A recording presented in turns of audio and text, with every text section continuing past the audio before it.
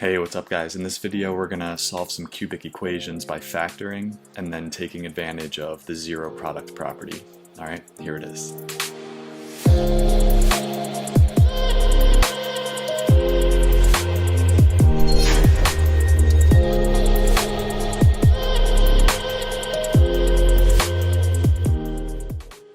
Hey guys, so factoring is one of the first methods you learn to solve cubic equations because generally you're familiar with all the skills necessary in the first place. So here we're going to start pretty simple. We have a cubic equation, and what makes this cubic is the fact that the highest degree is 3 in this case. So that exponent of 3 is what makes this a cubic equation. And first thing you're going to want to do is make sure that your equation is in standard form, which it already is. So our polynomial here on the left side of the equation is already ordered from highest degree to lowest degree. And we have everything set equal to 0, so we don't have to move anything around, so we can just go ahead and start. So the first thing you want to do is look for a greatest common factor to factor out of your three terms here.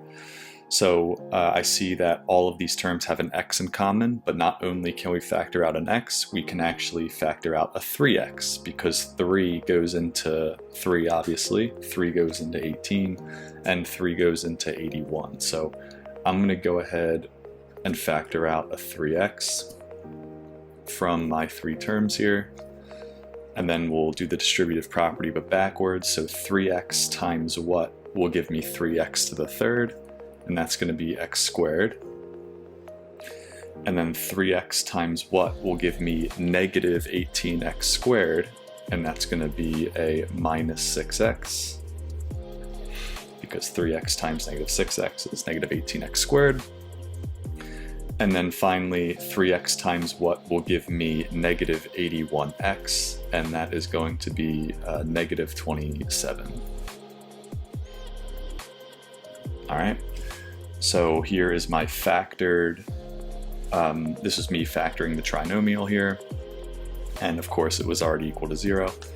And now what we can do from here is, this here is a factorable quadratic trinomial now. So we will copy down our 3x again, but now we can factor this right here. So I'm going to make my two sets of parentheses. Alright, and so how are we going to factor this out? Well, I know there's going to be an x in each of them, because x times x will give me my x squared. And I know my signs are going to have to be one of each, because I need whatever's in here times whatever's in there to be a negative number, negative 27. So the only way to multiply to a negative is if I have one of each sign. And then I'm going to figure out what multiplies to negative 27 but combines, adds to negative 6, and that is going to be positive 3 and negative 9. And again, you can check this. You can use the distributive property. X times x is x squared. X times negative 9 is negative 9x, but then I have a positive 3x here in the middle, so that's going to be my negative 6x. And then positive 3 times negative 9 is negative 27. So now I have fully factored my cubic trinomial here, and so now I can use the zero product property. So if you think about what this says 3x times x plus 3 times x minus 9 equals 0. So if three things multiplied together equal 0, well then either this needs to be 0, this needs to be 0, or this needs to be 0. And so we have to think about what would the x values be to make any of these factors 0. So, well, if this x here was 0, right, well then 3 times 0 is 0, and 0 times all of this junk is going to be 0. So I know x equals 0 is going to be a solution. Okay. If x was negative 3, then negative 3 plus 3 would be 0, and 0 times anything is 0. So x could equal negative 3. And if x equaled positive 9, then 9 minus 9 equals 0, and 0 times anything would equal 0. So x could equal 9 as well. And these here are your 3 solutions to the cubic. All right, so getting this into factored form, and then just figuring out what the possible x values could be to make it true is the name of the game here. All right, so here we'll start the same way. We will factor out the greatest common factor. In this case, it's just going to be x. So I'm going to factor out an x, and then x times x squared would give me my x to the third, and then x times negative 9 would give me my minus 9x. All right, so now we factored, but we're not fully factored, because this here, while it's not a trinomial, it is a difference of squares. So I can factor this, this quadratic factor here as a difference of squares. And how that works, I'll keep my x. All right, I know an x and x goes into both of them because I need my x squared. And then you just do plus and minus the square root of this value here, which is going to be 3. And again, you can check this yourself by using the distributive property. And then you determine what your x values could be. So again, this times this equals 0. So one of the factors has to be 0 in order to make this true.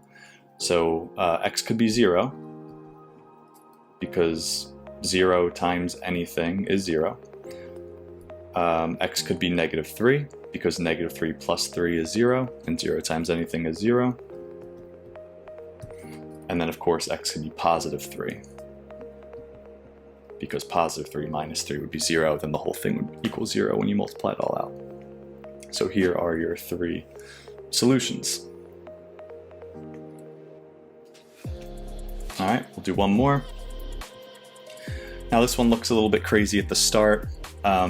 In this case, this is not set up in standard form, so we're going to go ahead and get that in standard form. So how do we do that? We get everything to one side first.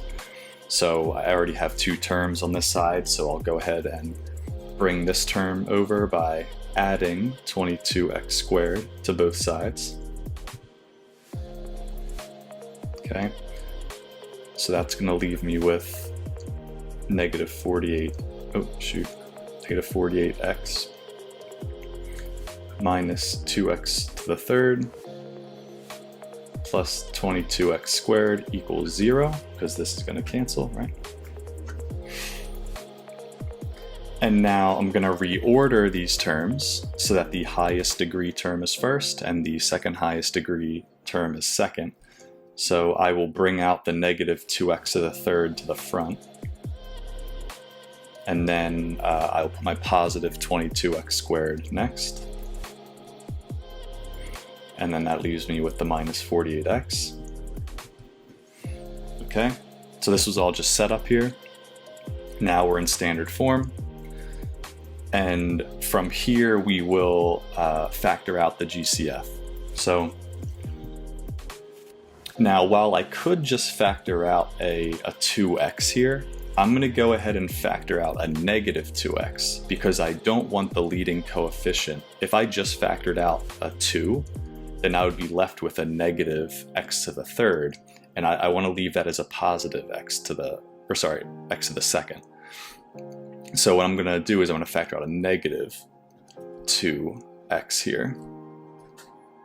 Okay, so now this would become a positive x squared within my parentheses.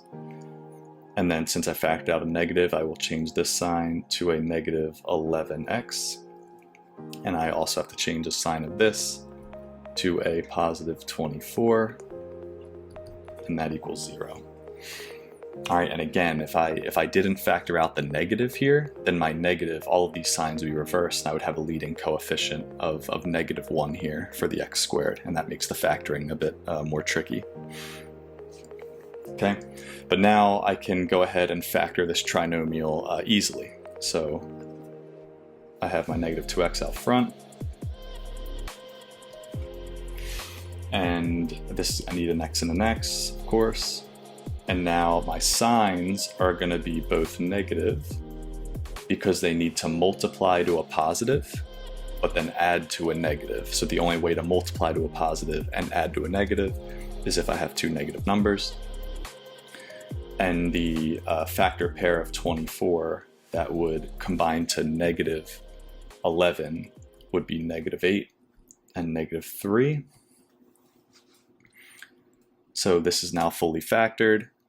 And now we can use the zero product property here.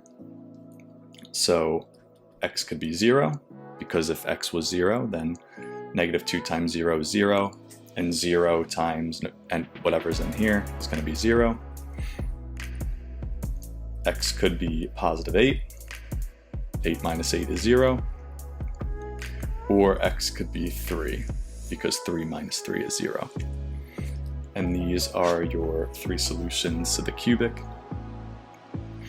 And with that said, it's been demonstrated.